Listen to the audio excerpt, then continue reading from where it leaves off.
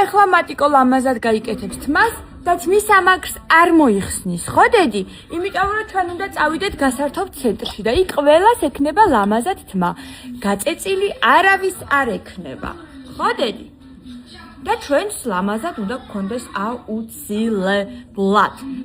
თან ძალიან უხდება მატილდას გადაწეული თმა. აი ნახეთ ხალხო ეხლა თქვენს მითხარით დამეთანხმეთ რომ ძალიან უხდება. ეხლა ნახეთ.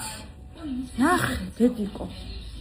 მომენტალურად როგორი ლამაზი ხარ, ეხლა სად ეს და სად გაწეწილი რო გაქვს ხოლმე თმა.